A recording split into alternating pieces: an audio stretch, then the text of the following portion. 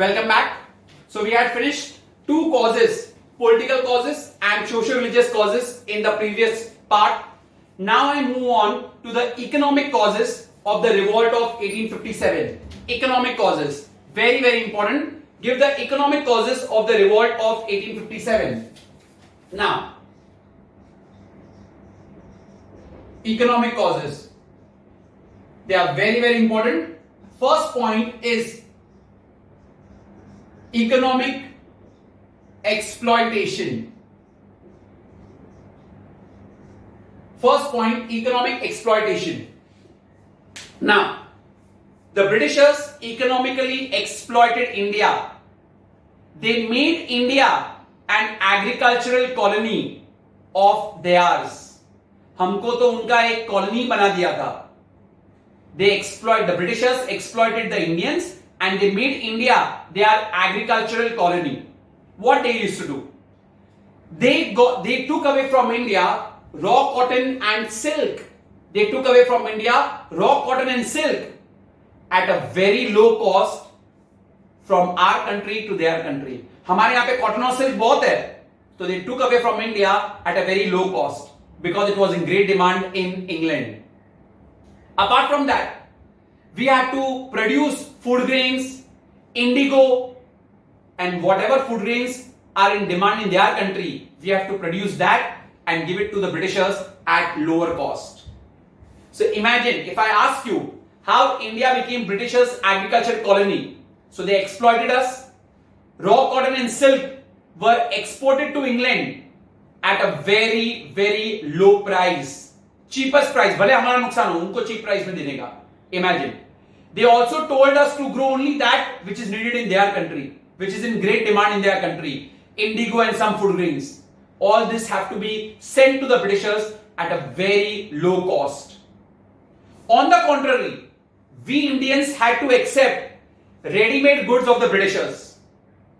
Ready-made goods of the Britishers at a very nominal or no duty. उसके ऊपर कोई tax भी नहीं. इमेजिन करो, उनके गुड्स जो इंडिया में आएंगे ना, उसके ऊपर कोई टैक्स भी नहीं. और हमारे गुड्स तो फोकट में एकदम कम प्राइस पे लेके चले गए. उनके गुड्स जो इंडिया में आएंगे एट अ वेरी नॉमिनल और no duty. And readymade goods we have to accept. And they are goods. एक तो उनके ऊपर कोई ड्यूटी नहीं. They are machine made goods. They were much cheaper as compared to the Indian handmade goods. And our goods were in no competition with their machine made goods. So imagine, we bought British goods, we sold our raw materials to whom? To the Britishers. तो हमारे India में क्या रहा? कुछ भी नहीं रहा. The first point, this is how they economically exploited India. So economically मतलब monetarily how they exploited India. Mark this point only till what I have said. I repeat, the Britishers had made India their agricultural colony. They had made India their agricultural colony. What did they do? They took away raw cotton and silk from India at a very low price, which was in great demand in their country. They had industries, they had machines. Apart from that, they took away indigo and they also food grains at a very low cost, which were in great demand in their country. On the contrary, we Indians had to accept their ready-made garments, that too at a very nominal duty or no duty. कोई tax भी नहीं लगता था उनके goods जो India में आते थे. So but obviously their goods will be cheaper because they are machine made and their goods were very much superior to our Indian goods which were handmade. Thus there was a loss in both the side, and this is how they economically exploited India, which did not go down well with the Indians, and so we revolted against the Britishers. That's economic exploitation. Second point, very important, separate question can also come. Drain of wealth. Drain of wealth. Now, earlier, whatever the Britishers used to buy from India, any cotton, silk, कुछ भी पहले buy करते थे ना Britishers from India. In return, they used to give gold and silver. They used to give gold and silver इनको. बराबर से खरीदते थे. Whatever they used to buy from India, they used to give us gold and silver. But once they became the masters of Bengal, after becoming the masters of Bengal, they got the right to collect revenue and duty free trade का surplus profit भी उनको ही मिला.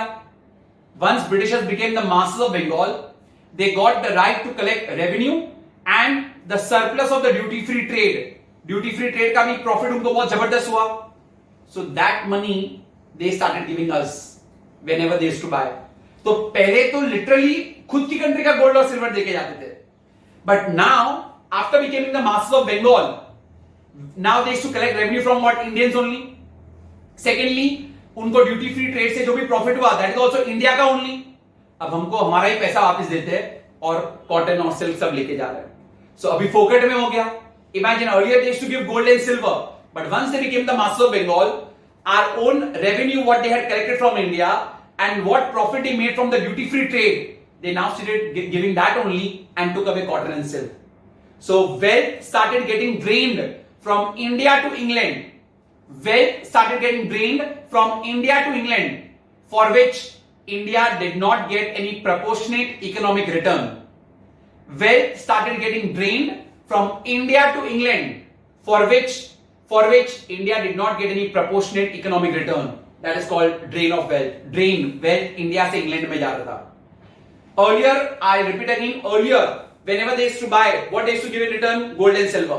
But once they became the master of Bengal, they got a right to collect what? Revenue, and they also got what? Profits from the duty free trade. So what they used to do? They used to give that only and take away all the cotton and silk. So wealth started getting drained from India to England, for which India did not get any proportionate economic return. Is that very clear? That's point number 2, drain of wealth. Third point, decline of artisans and handicrafts. Decline of artisans and handicrafts. What happened was our raw cotton and silk used to go where? To the Britishers in England. Right, at a very low price. On the contrary, we had to accept their finished goods at a very nominal or low duty. और हमारे goods जो वहां पे, हमारे जो finished goods यहां से बन के वहां पे जाते थे, they were taxed very heavily over there. And उनका goods जो इंडिया में आ रहा था, they were nominal tax or no tax. So both the places, nobody could, our Indian goods, nobody used to buy in England. Why? Taxes are very high. So our goods became very expensive. Their finished goods which came over here, they were very low tax or no tax, so their goods were very cheaper. So people preferred the cheaper goods only. So whatever our artisans and handicrafts made, nobody used to buy their goods in India also, nor in England also. Imagine, so all these people who got employment through this, they all became what? Unemployed. So they were all what? Poor because of this British policies. कितने smart थे. हमारे goods जो England में जाएंगे, finish goods, हाँ, they were taxed very heavily. उनका finish goods यहां पे आया, they were taxed very less or no tax. So our goods were expensive in their country and their goods in our country is what? Cheaper because theirs is machine made. So दोनों जगह पे Indians got a big beating, and this artisans and handicrafts, they became what? Poorer and poorer. Is that very clear? That's decline of artisans and handicrafts. Fourth point, indigo cultivators.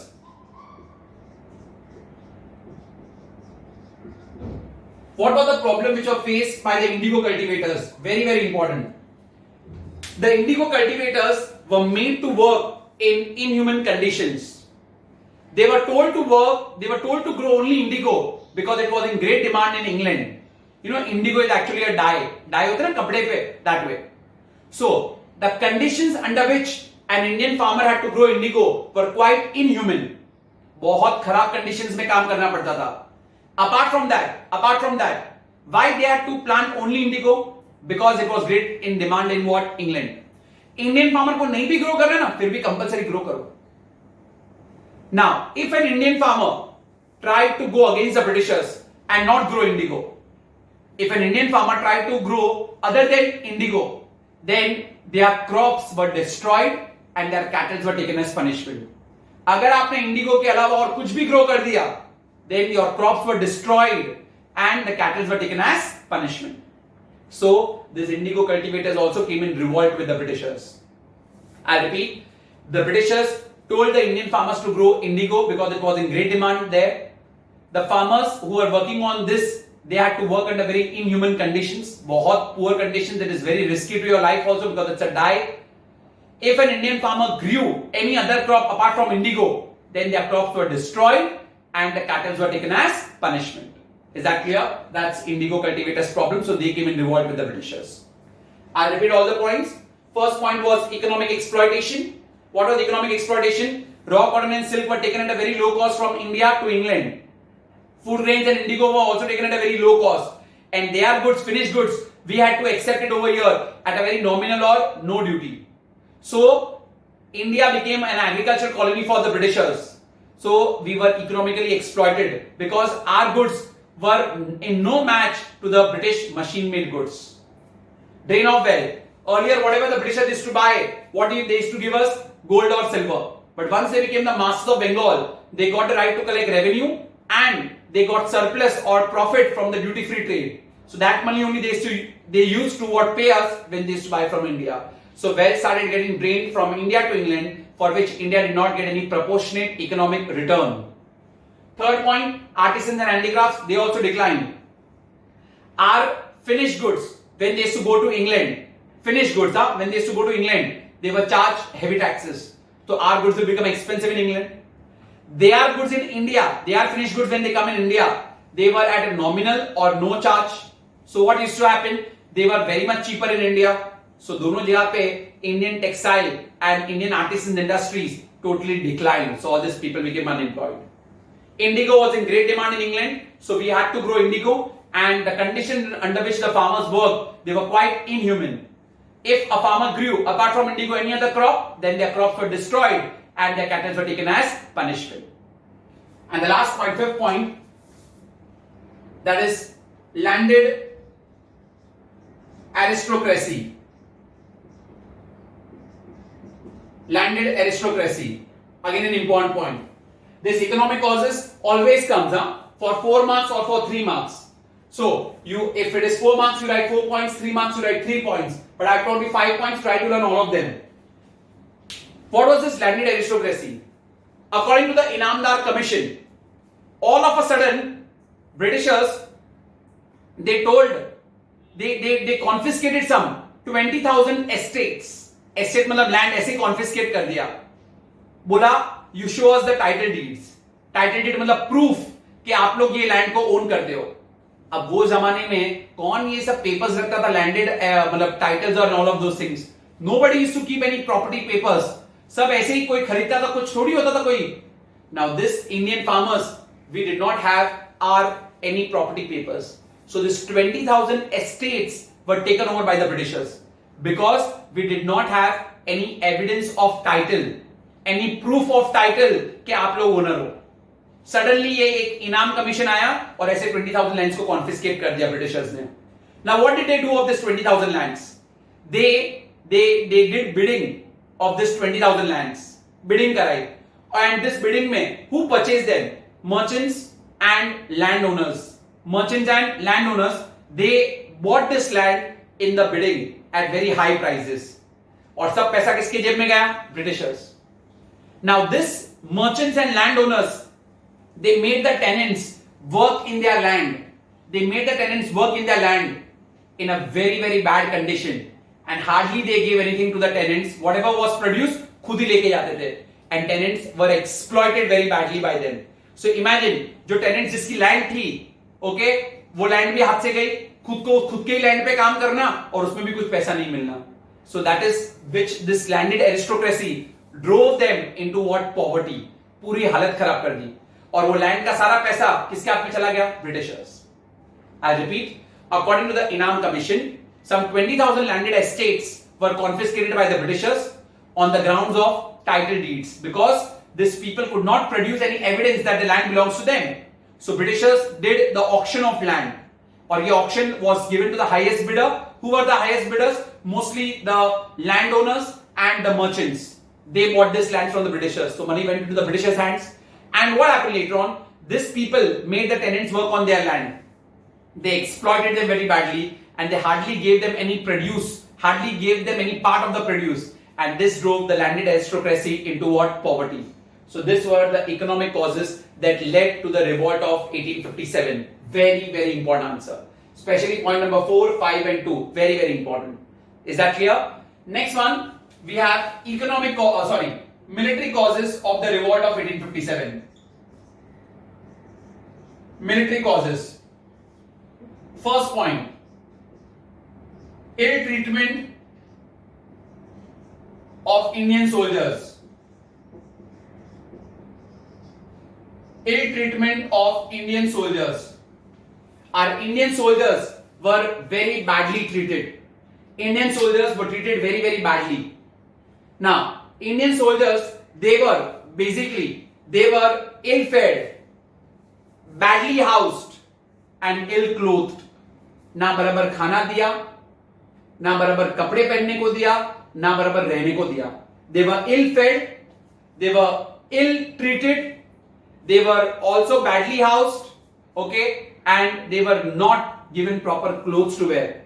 Though an Indian soldier was as efficient as a British soldier, हम भले कितने भी efficient हो, yet we were ill-fed, ill-paid, not properly paid also, and not properly housed. बराबर घर भी नहीं दिया. Okay. Apart from that, they also forbade means did not allow the Indian to wear any sectarian marks like you can't wear turbans. अगर Sikh soldier तो turban तो पहनने का ही, पर अगर तुम वहां पे हो तो तुमको टर्बन भी नहीं पहनने का. Apart from that, they did not allow us to keep any beards also. Imagine. So this all did not go down well with the Indian soldiers, and therefore they went in revolt with the Britishers.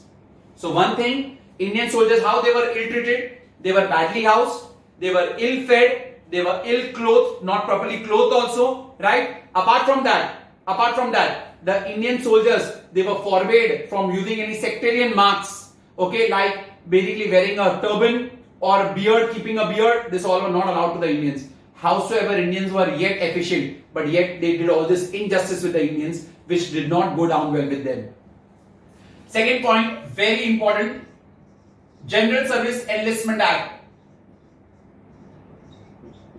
General Service Enlistment Act. Very, very important. This act was passed by British Parliament. Remember, who passed the General Service Enlistment Act? It was passed by the British Parliament in the year 1856. According to this act, Indian soldiers, Indian people who are in British Army, they had to go overseas for war, and for that they had to cross the sea. Abroad war के लिए जाना पड़ेगा, and for that they had to cross the seas.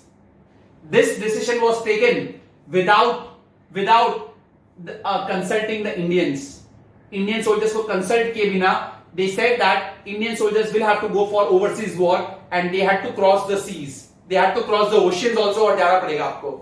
Now this greatly affected the Brahmin soldiers, because it was against or it was a taboo according to the Brahmin soldiers' religion. Because book में नहीं दिया, but under the sea there are so many animals and all, so it is going to kill the animals, and it is not allowed according to their religion. So the Brahmin soldiers, they came in revolt with the Britishers.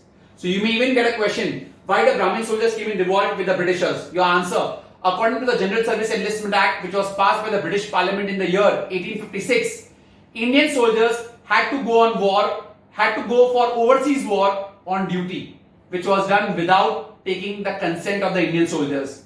And crossing the seas or crossing the ocean was a taboo according to the Brahmin soldiers, or according to the Brahmin religion, and this infuriated the Brahmin soldiers. Thus they came in revolt with the Britishers. Very, very important. General Service Enlistment Act. Next one. Proportion of Indian soldiers in British Army. Proportion of Indian soldiers in British Army. The Indians were much more in number than the British counterparts in the British Army. Indians were much more as compared to the Britishers in the British Army. The ratio was what, 1:4,000. मतलब for every 4,000 Indian soldier, एक Britisher था. ये ratio चल रहा था. So, but obvious, Indians were more in number. Lord Dalhousie was always of the opinion that the number of Britishers should also be what? Increased. And we Indians got this as an opportunity that since we are more in number, we can attack the Britishers anytime. So we came in revolt with the Britishers. So what was the ratio? 1:4,000. Indians were more in number as compared to the British. For every 4,000 Indian soldiers, there was one British soldier. And Lord Dalhousie was always of the opinion that the British soldiers should also what be increased in the numerical strength. And this gave the Indians an opportunity to attack the Britishers. Fourth point, bleak prospects of promotion. Bleak prospects of promotion. Howsoever an Indian soldier is efficient, but he will never get a post more than the rank of a Subedar. He will never get a rank more than that of a Subedar. You might be more efficient, or howsoever efficient you might be there as compared to the British officer, but yet the highest position what an Indian soldier could acquire was a Subedar. Rather, on the contrary, the Britishers, even if they were efficient or non-efficient, they were given higher posts. But Indian soldiers were never given a higher post, which irked them, and that was the result. They revolted against the Britishers. Clear? If I ask you what are the proportion of the Indian soldiers in the British Army, ratio was 1:4,000. For every 4,000 Indian, one Britisher. Bleak prospects of promotion. Howsoever efficient we are, but the highest position which was offered to an Indian soldier is that of a Subedar's rank. We cannot exceed more than the rank of a Subedar. Fifth point, important point, deprivation of allowances. Deprivation of allowances. Now what is this deprivation of allowances? Earlier when we used to go for overseas war, Indian soldiers when they used to go for overseas, abroad war, they were given bhatta. Bhatta, what is bhatta? The extra foreign allowance. मतलब आपकी normal salary के अलावा जब भी आप overseas war के लिए जाओगे ना, आपको और एक्स्ट्रा पैसा भी मिलेगा. Apart from your normal wages you will paid more also, but they stop that. Overseas war के लिए भेजते थे, but now they stop that भट्टा. भट्टा इज द फॉरेन अलाउंस, वो स्टॉप कर दिया. And second, they also stop the free postage. The free postage was given. आप दूर अगर वॉर के लिए गए हो तो फोकट में चिट्ठी भी घर पे लिख सकते थे फ्री में. That also they stopped. This did not go down well with the Indians. So two allowances what the Britishers stopped. One is the bhatta. Bhatta is the foreign allowance. And second one, free postage act. ये दोनों उन्होंने क्या कर दिया था? बंद. So this did not go down well with the Indians. 2 marks के लिए section A में आया हुआ है. Next one, that is about the Santhals. 6 point, the Santhal revolt or Santhal uprising. Very very important. The Britishers had faced major reverses. Major reverses मतलब the Britishers had lost the first Punjab war they had lost, the Crimean war they had lost, Afghan war they had lost. एक particular period ऐसा था कि Britishers सब जगह पे हार रहे थे. They lost the first Afghan war, they lost the Crimean war, they also lost the first Punjab Sikh war, वो भी हार दिया. Sikh war, Afghan war and Crimean war. Now, on that time only, Santhal, a tribe in Bihar, they basically gave a very tough fight to the Britishers. The Santhals were the tribal people. They were fighting only with bows and arrows. On the contrary, the Britishers had got all the modern arms and ammunitions. But yet, the Santhal, they kept the Britishers. At least till 2 years, they kept them very much busy. They did not allow them to capture. Nevertheless, after this 2 years period, the Britishers crushed the revolt. But Santhals, they broke the myth that Britishers are invincible. पहले ऐसा था कि Europeans या Britishers are undefeatable, invincible. But this Santhal people, they broke the myth, and that motivated us to fight against the Britishers. So the Santhals, they were just fighting with bows and arrows. And Britishers had got modern arms and ammunitions, but yet they did not easily bow down to them. Nevertheless, after a period of time, Britishers, they basically crushed this revolt, but they do crush the revolt. But what happened was the Santhals, they broke the myth that the Britishers are invincible. Clear? Very, very important. And last point, lower salaries. Lower salaries. We got salaries as low as 8 times lower as compared to the British counterpart. Indian soldiers were also efficient, but we got salaries 8 times lesser than the British counterpart. So these are the causes which led us to fight against the Britishers. Is that very clear? So just some few points in short. Bleak prospects of promotion. What was the highest position what an Indian soldier got? He got a rank of Subedar, उसके ऊपर नहीं. Proportion क्या था? 1:4,000. For every 4,000 Indians, one British soldier. Which were the allowances which were not allowed to us? Bhatta, and Bhatta was what? Foreign allowance. And second one was, that is basically the free postage stamp act, that is also was stopped. Santhal revolt. Santhals, they only fought with bows and arrows. Okay, but they broke the myth that Britishers are invincible.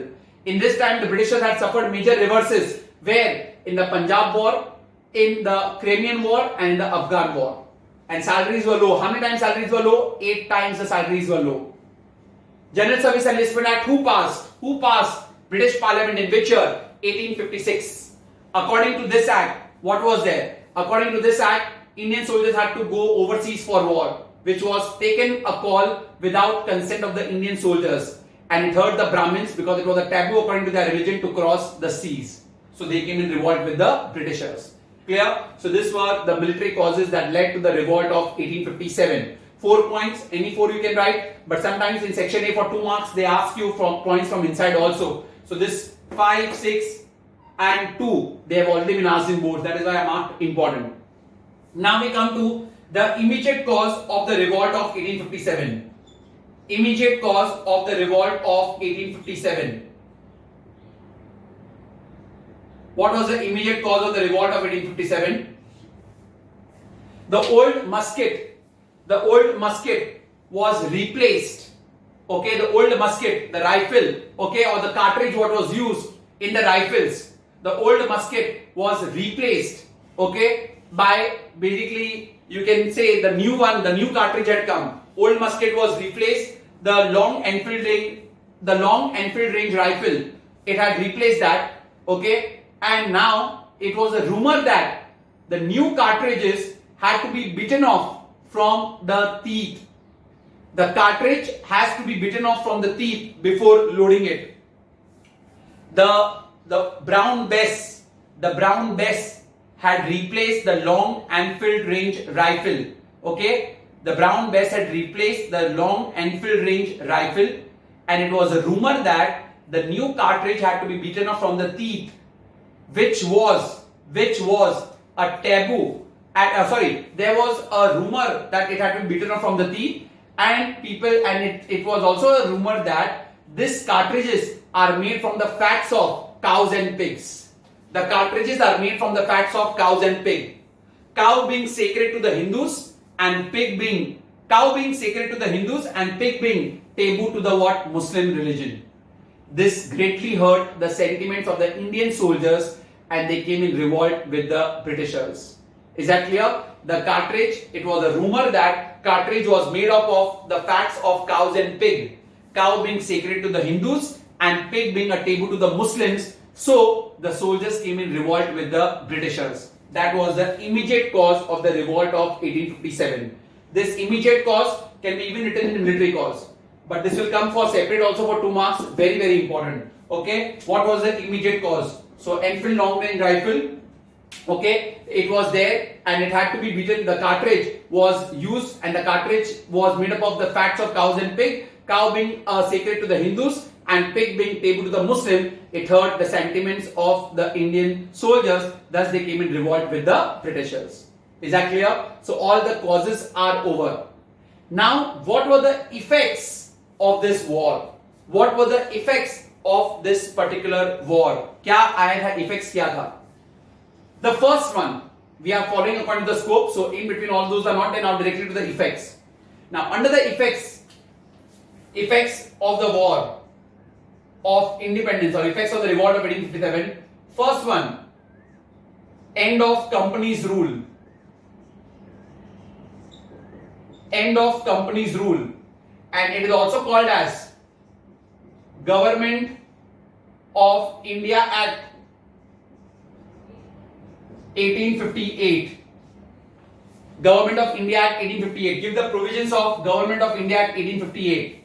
Okay. So the first point, very important now. First point, effects का हर एक point important है. It has to be very word to word.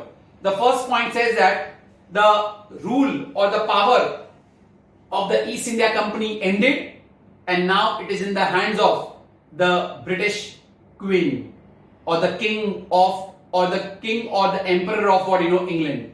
So power now shifted from the British East India Company to the King or Queen of what England. Power shifted because earlier everything was ruled by the East India Company. See, the Britishers had come as a trading company, right? So the rule ended from the East India Company, and now it is in the hands of, that is, the Queen. The first, so end of company's rule. Khatam.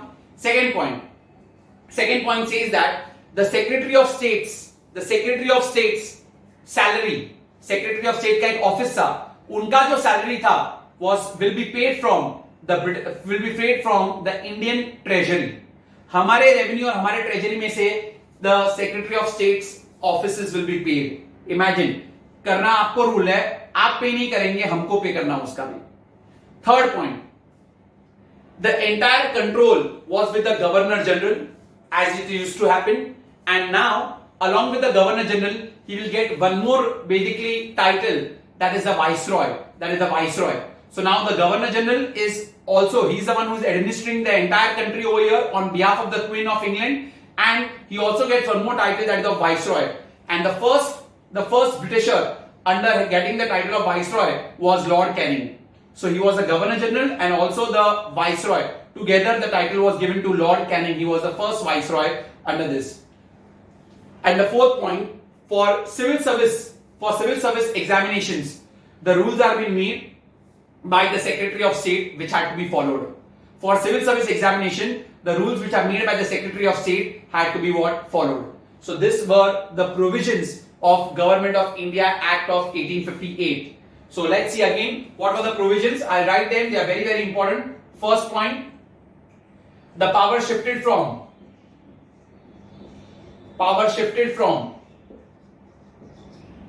East India Company to the Queen of England. Second point, what did I say? The Secretary of State's salaries will be paid from Indian Treasury. Secretary of State's office will get salary from India's Treasury. Third point, the rule was under the hand of the Governor General. The Governor General will get an additional title of Viceroy.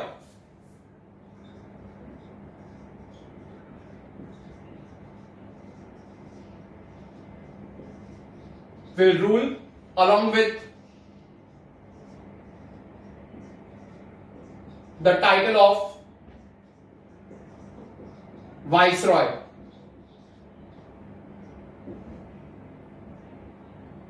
And who is the first Viceroy? Lord Canning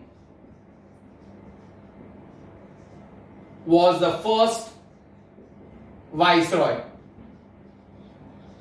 And the last point, the civil service examinations, they were open and the rules were formed by the Secretary of State.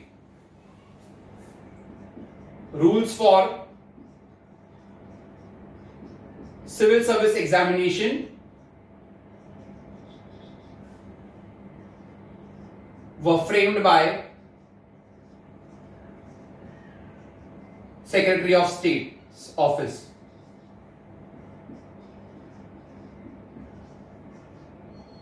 These are the effects of, this is the first point, that is the provision of the Government of India Act of 1858. After the revolt, effects hai. So end of company's rule.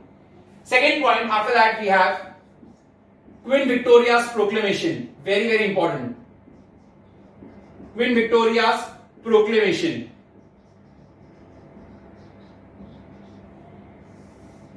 Now, who gave the Queen Victoria's proclamation? It was given by Lord Canning.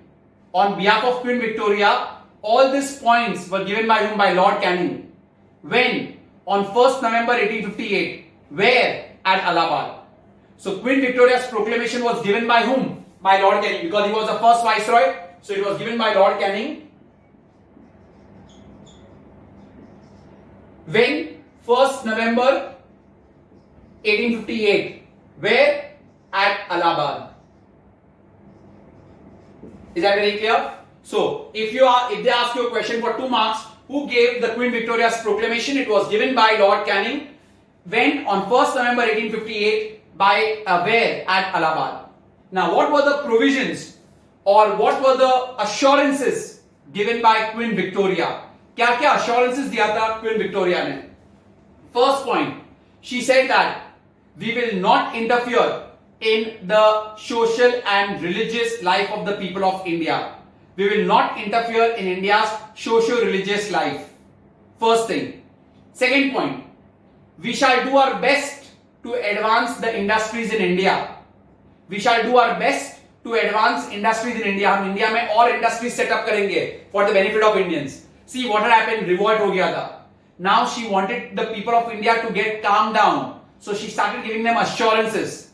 First assurances, what did she give? We will not interfere in the social and religious life of the people of India.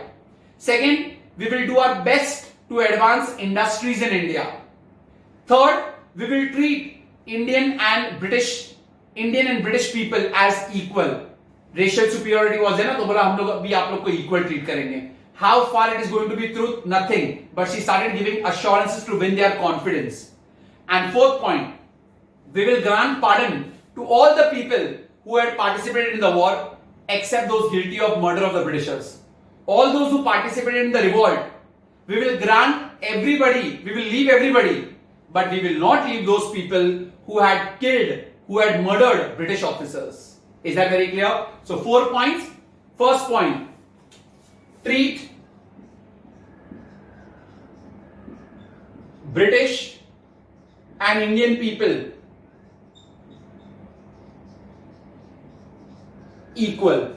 British and Indian people both will be treated what? Equal. Second point, what did I say? We will not interfere in the social and religious life of the people. Non-interference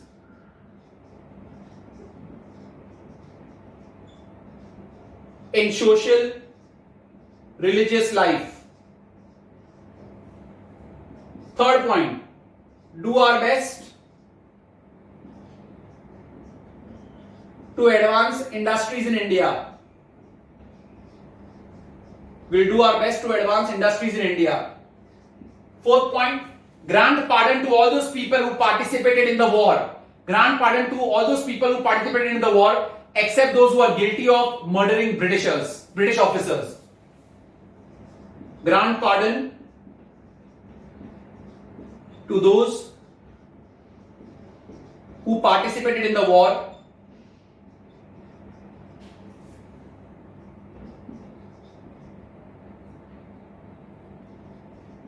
except those guilty of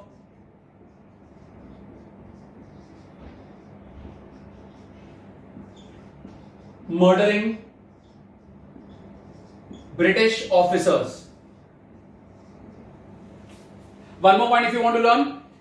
They will also set up many public utility programs. They will do many public utility programs for the material and moral progress of the people of India. Many public utility programs in roads, railways, ये सब भी हम लोग करेंगे for the material and moral progress of the people of India. That was the fifth point. So, these are the assurances given by Queen Victoria after the revolt. Who had given this assurance on behalf of Queen Victoria? It was given by Lord Canning. Where? In Allahabad. When? 1st of November 1858. Dates are important. First point, we will treat British and Indian people same. The subjects means people will be treated equally. Will not interfere in social and religious life of the people of India. We will do our best to advance industries in India. We will grant pardon to all those people who had participated in the war except those who are guilty of murdering British people. And fifth point, we will also set up many public utility programs for what? For the material and moral progress of the people of India. Very, very important. Queen Victoria's proclamation. After that, the next point what we have is end of the Mughals. End of the Mughals and the Peshwa. End of Mughals and the Peshwa, the third point. What had happened after the revolt? Bahadur Shah Zafar, the last Mughal emperor, was deported to Rangoon. Deported means sent to what? Rangoon. And this ended the Mughal rule. And who was the last Peshwa? Nana Sahib, okay, he was the last Peshwa, the adopted son of Peshwa Bajirao II, if you remember. The last Peshwa, he fled to Nepal. He fled to what? Nepal. And thus, the two formidable foes of the Britishers, who were the two formidable foes? Mughals and the Marathas. They both finished. So, end of Mughal and Maratha rule. Who was the last Mughal ruler? Bahadur Shah Zafar. He was deported to Yangon. And who was the last Maratha ruler? It was Nana Sahib, who was the adopted son of Peshwa Bajirao II. He fled to what? Nepal. And thus ended the Mughals and the Maratha rule, who were the two formidable foes of the Britishers. Fourth one, relation with the princely states. Relation with the princely states. Who are the princely states? They are ruled by the prince. They are ruled by the prince. Now, many princely states, they remained loyal to the Britishers. बहुत सारे princely states थे जिन्होंने revolt में participate ही नहीं किया. They were loyal to the Britishers. So Britishers also had to give them something in return. So for the princely states, the Britishers, they abolished doctrine of lapse and the policy of annexation. बोला आप लोग के लिए doctrine of lapse apply नहीं होगा for the princely states who were loyal to the Britishers, and we will also not annex your kingdom. So that means if a princely state, if they do not have a natural son, a natural heir, a legal heir, then they can adopt also. Britishers उनकी territory को नहीं लेंगे according to doctrine of lapse, because for the princely states, doctrine of lapse and policy of annexation will get abolished. Why? Because they have been loyal to the Britishers. They did not participate in the revolt. So it was one way of giving back to the princely states. Very, very important. So you can get a question, what relations Britishers had with the princely states after the revolt? 2 mark and answer. Very, very important. Okay. So the doctrine of lapse and policy of annexation was abolished for the princely states since they did not participate in the revolt and they were loyal to the Britishers. And apart from that, so now a princely state could adopt if they don't have a legal heir, and their kingdom will never be annexed by the Britisher. So only the first paragraph of this point you will learn. Then coming to the foreign policy. Again over here you look into the first paragraph. What was the foreign policy of the Britishers after the revolt? To protect its own empire. Where in India. And second point, to expand their power in Africa and Asia. To expand their power, commercial interests should be expanded in Africa and also in India. First, to protect its own, basically in the Indian Empire, to protect the Indian Empire, okay, and second one, to expand their commercial interests in Africa and in Asia. This was their foreign policy after the revolt of 1857. Clear? And now, directly the last point, what changes were brought in the British Army after the revolt of 1857?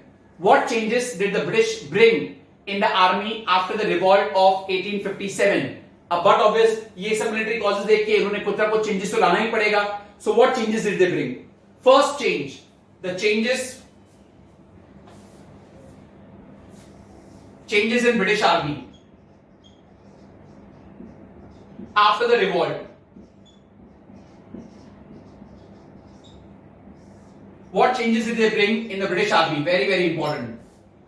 First one, increase the number of British soldiers. If you remember, what was the proportion? 1:4,000. So now they increase the proportion of British soldiers in the army. But British soldiers were now more in the army. Now what was the proportion? For Bengal province, the ratio was 1:2. मतलब for every 2 Indian soldier एक British soldier होगा. कहां पे? Bengal province के लिए. And for Madras and Bombay province, the ratio is 2:5. For every 5 Indian soldiers, 2 British soldiers होंगे. देखा कैसा चेंज कर दिया after the revolt. That is the first point. The proportion of British soldiers now increased. For the Bengal province, the ratio was 1:2, and for Madras and Bombay province, the ratio was 2:5. First point. Second point, the earlier policy of excluding the British soldiers from officers' corps was strictly followed. What does that mean? So now also after revolt, Indian soldiers cannot be an officer. Their highest rank will be of Subedar only. So the earlier policy of excluding the Indians in the officer corps to be as an officer corps was strictly followed. So excluded Indian soldiers from becoming officer corps. That was strictly followed. Third one. To see that the Indians don't revolt back, no modern arms and ammunitions were given to the Indian soldiers. क्योंकि पहले already एक बार revolt कर चुके, Britishers did not want that it happens again. So no modern arms and ammunitions will be kept with the Indian soldiers. No modern arms and ammunition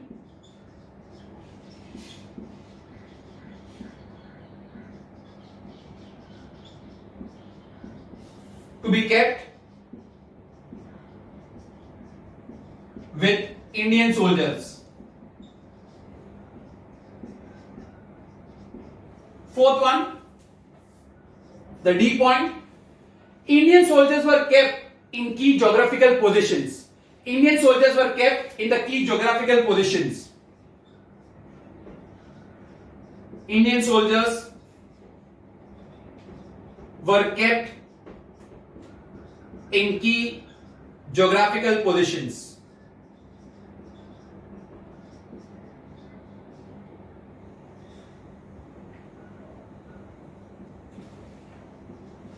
We are doing what are the changes which the British Army did after the revolt. First one, the proportion of the Britishers increased. In the Bengal Army, the ratio was 1:2, and Madras Bombay province, the ratio was 2:5. Second point, the earlier policy of excluding Indian soldiers from officer corps policy was strictly followed. मतलब Indians को अभी भी officer बनने को allowed नहीं है. Highest rank will be of Subedar. Third point, to desist the Indian soldiers from again revolting. Desist means to prevent Indian soldiers from again revolting. No modern arms and ammunition will be kept with the Indian soldiers. Fourth point, British soldiers were now kept in key geographical positions. British soldiers were now kept in key geographical positions so that they don't attack back, so that the Indians don't attack. जो key geographical position उधर Britishers ही रहने चाहिए, Indians नहीं. One more point, if you want to learn fifth point, you can write that to prevent any unity among the Indian soldiers, they were divided on the basis of their caste, color, creed. So Sikh regiment alag, Assami regiment alag. Okay, that way they used to divide, so there is no unity among them. And they did not, और एक point चाहिए, they did not allow the newspapers, journals or magazines to reach the Indian soldiers so that they do not come to know what is happening around the world. So this were the changes what they brought in the army. So this is all what we have. These are the effects. So effects में point number 1, point number 2. Point number 3 was end of Mughal rule and the Marathas. Fourth point was relation with the princely states. What was the relation? That for them doctrine of flaps and annexation policy is now gone because they were loyal to them. Fifth, foreign rule. And sixth one is changes in the army. No need to do any other effects what we have done. So these are very, very important, especially these changes in the army and Queen Victoria's proclamation. Is that very clear? So this sums up your entire chapter number 1. Hope you have liked watching it. Thank you very much everyone.